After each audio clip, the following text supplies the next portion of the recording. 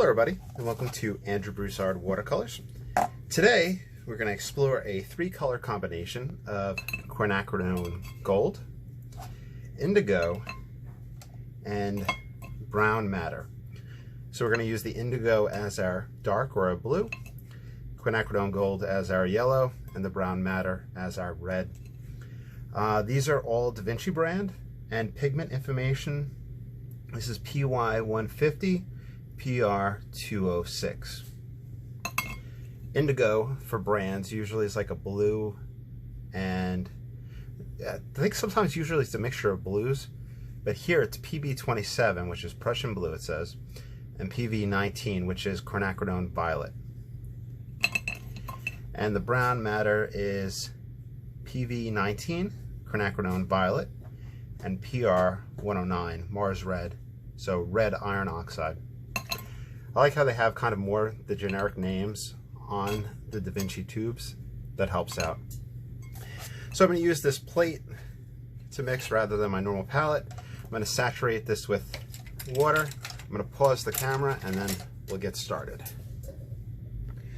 Okay, so the paper is completely saturated. This is 11 by 14 Stonehenge Aqua. What I'm doing is helping it lay flat by pressing it down and lifting up the binder clip. It's 100% cotton, 140 pound cold press. And I have my medium hake brush, and I'm going to take an approach that I haven't used in quite a while. This is kind of my tonalist approach, quote unquote, where I kind of use the approach that Dennis Sheehan and Stuart Davies utilizes. It's kind of just throwing paint on and moving it around. They do it in oils, and I kind of transcribed it over into watercolor. So here's our Quin Gold. I'm going to start off with a sky. I'm going to kind of just make an imaginary scene, and we'll just explore the possibilities of this palette. Here's our brown matter.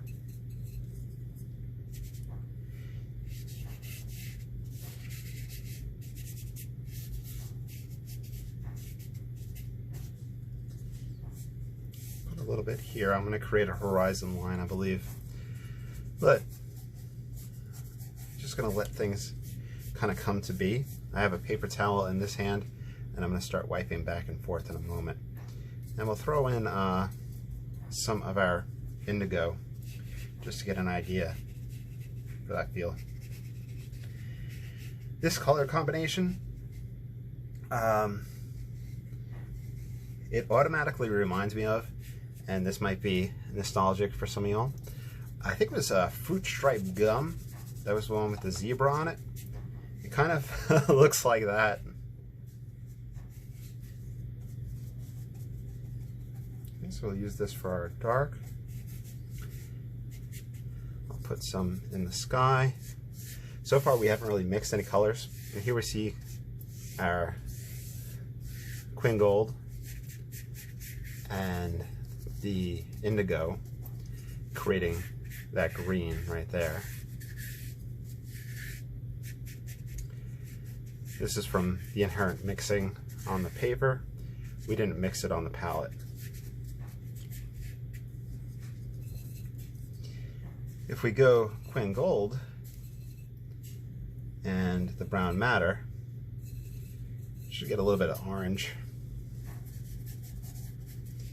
Put that in the sky.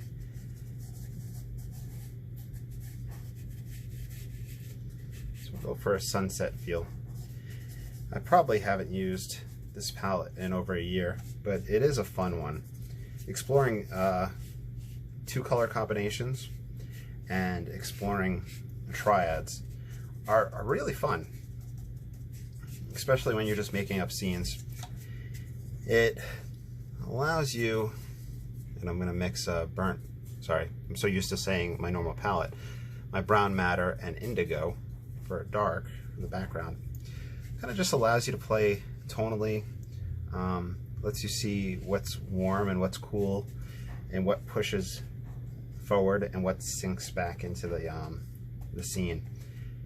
I'm not usually the best at identifying warm and cold colors, where warm colors will pop forward, cool will push back. And to make matters worse, whenever you start researching that, you'll get people that will say, oh, well, some colors can be cool at one time, and then in the presence of a different color or a different application, it could be warm. So it kind of is a very difficult topic for me to really understand and to also utilize.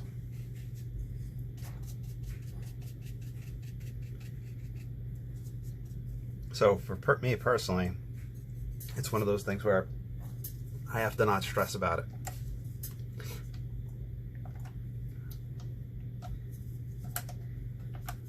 I think if there was a lot more realism taking place, then it would definitely have probably a lot more importance. But then one can argue that the modern art painters, you know, where you'll have Mondrian, hopefully I'm pronouncing that correctly. He was the one with the lines and the colored squares, where he had like a lot going on compositionally and things being balanced. So the rules for a landscape composition and how things interacted were also applied to his paintings, which was really interesting. And then beyond that, you could argue aesthetically, yes or no, if you like it or not, but there is value in those works. You look up Mondrian's trees, which were prior to him doing that, and I'm not really somebody who's into modern art, but Mondrian's trees are just absolutely beautiful, and you see how he starts going through that like cubism phase, I guess you would call it, and then he would from there, I think his movement that we all know him for is called constructivism, I think. I'm gonna grab a number 1 rigger, and I'm gonna play in the background with tree elements popping up. Everything's still wet, and this is kind of just playing around compositionally. If I have too much water on this, which is apparent right here, I get, I don't know how well you can see it, but it acts as a resistant. It pushes the pigment away if I have too much water on the brush. So I need more pigment on it. But you can utilize that effect to get, you know, different depth there. And then, since we're in the far background, let's kind of mix some indigo onto here. And we're wet, so we'll put in some foliage, just let it disperse.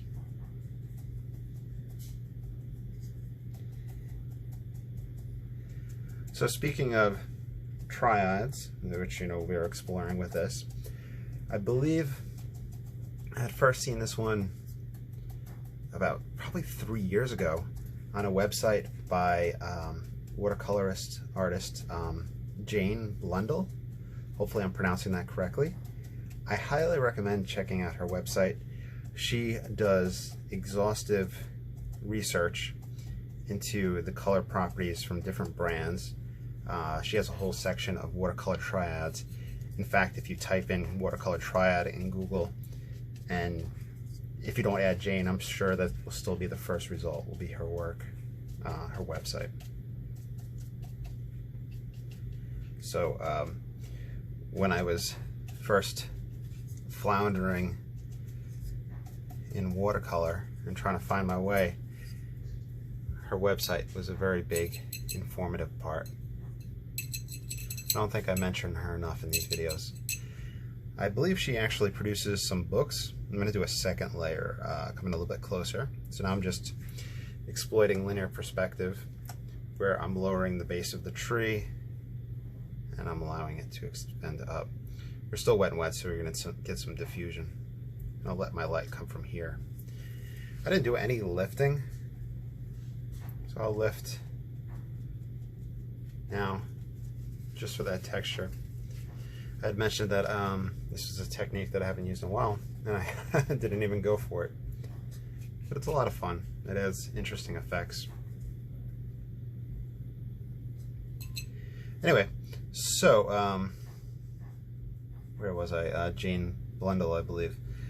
I think she does classes, and she probably has written books. So I would check her out if that's your thing that you're into. I do think she probably has every Daniel Smith paint underneath the sun. So probably if you're into that paint line, you can find out a lot of information there. She also probably has a lot of the Van Gogh brand. I wouldn't be surprised if she has a lot of Cotman and all those other ones too. Because inevitably you're going to get to a stage in the painting process, whether in the beginning or the end, where you're going to start questioning what brands, what palettes you should utilize. And part of that's affected by your locale, what's available. Part is affected by what pigments they actually offer. You might even be driven by artists that you admire and that you watch online, and what brands they recommend.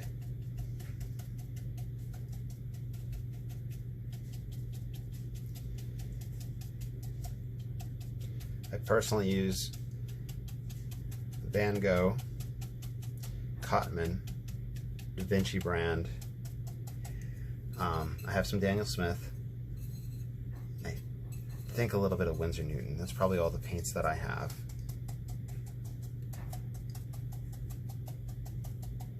In watercolor. I'm getting my Indigo and Quin Gold out. This is giving me a green foliage effect. You could probably use the Quin Gold as a standalone to get kind of a glowing olive green type effect on the foliage, and then mix our brown matter and indigo for the darker portions. So I'm going to put out a little bit of fresh paint. With these color combination experiments, I do find I use a lot of paint, and I'm not sure if it's because I'm putting it out fresh from the tube or what, but it is what it is. And I haven't washed the brush off at all, so that's just part of the way I paint. Okay, so I was talking about the pure Quin Gold, and using paint straight from the tube and using it in thick quantities is something that me and Joe Menza have been talking about. Joe Menza has a YouTube channel. He's a great painter, and he was talking about a website, handprint.com, which has exhaustive information about watercolor. And there's a phenomenon where you put watercolor thickly and you get what's called bronzing. And we were arguing the pros and cons of bronzing and its effect in a painting and its effect for the viewer, and also from the standpoint of making these videos, how people would react to that. But essentially, right here would probably be an example of where bronzing would take place because of how heavily it was applied. where when I dry it off, it might still have a sheen to it or that leathery effect. So that's the phenomena that I'm talking about.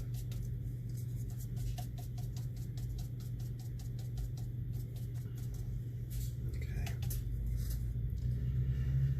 I could take a card if I could find my card. I may have stayed at a new hotel a few weeks ago, and I may have a new card to cut up to use. That's neither here nor there.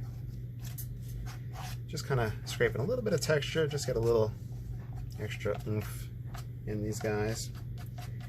We're hitting that stage where everything's starting to dry now. We could do our dry off, but I think we're just going to progressively get thicker. I'm using the #1 rigger, and this is going to be my closer level of tree. Once again, exploiting just basic linear perspective. Starting it lower, it's now thicker. It's going to reach up higher. It's going to have more texture. Aerial perspective, it's darker in value because there's less air between us and the tree. So there's more tonal variety in it. That's not to say that background objects can be darker, can't be darker, because somebody on, I think it was the Ranson Facebook page, had showed a great example, a great painting that they had done, where they had darker objects in the background, and it was just absolutely phenomenal and a great learning piece.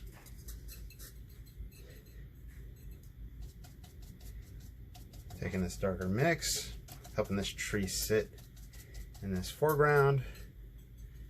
You can, of course, give it some foliage. My brush is almost absolutely dry at this point. I can add more water to it, but I have to be careful. It will immediately affect the application process. Let's see where we're at time-wise. We're about 17 minutes in. So what I'm going to do is pause the camera, do a dry off, see if there's anything we might want to tickle or play around with here, and we'll see where to go from there. Okay, I did a dry off, and you may have noticed a shift in tonality where it might have lightened up some, and that seems to be part of this palette where there is going to be a drying shift taking place. Through the camera it does look a little bit darker in value, but I do have, looking at it personally with all these lights, it is lighter in person. So with that said, you are always welcome to follow along with one of these tutorials. You are more than welcome to sign your own name to it. If anybody ever says, hey, I'd love to buy that painting from you, you are more than welcome. You have express permission to sell said painting. I want you guys to be successful, and starting with tutorials, that's a jumping point to doing your own thing. So, and if you ever follow along, I'd love to see what you do. That being said, I have a whole bunch of links down below where you can contact me, and if you like the video, of course, please like, subscribe, and follow. And if you ever want to support this channel in a financial way, I do have a Patreon link down below that helps this, and I do have some exclusive videos for patrons. All right, let me switch this up a little bit so you can see. I hope you enjoyed, and I'll talk to you all soon. Have a great day.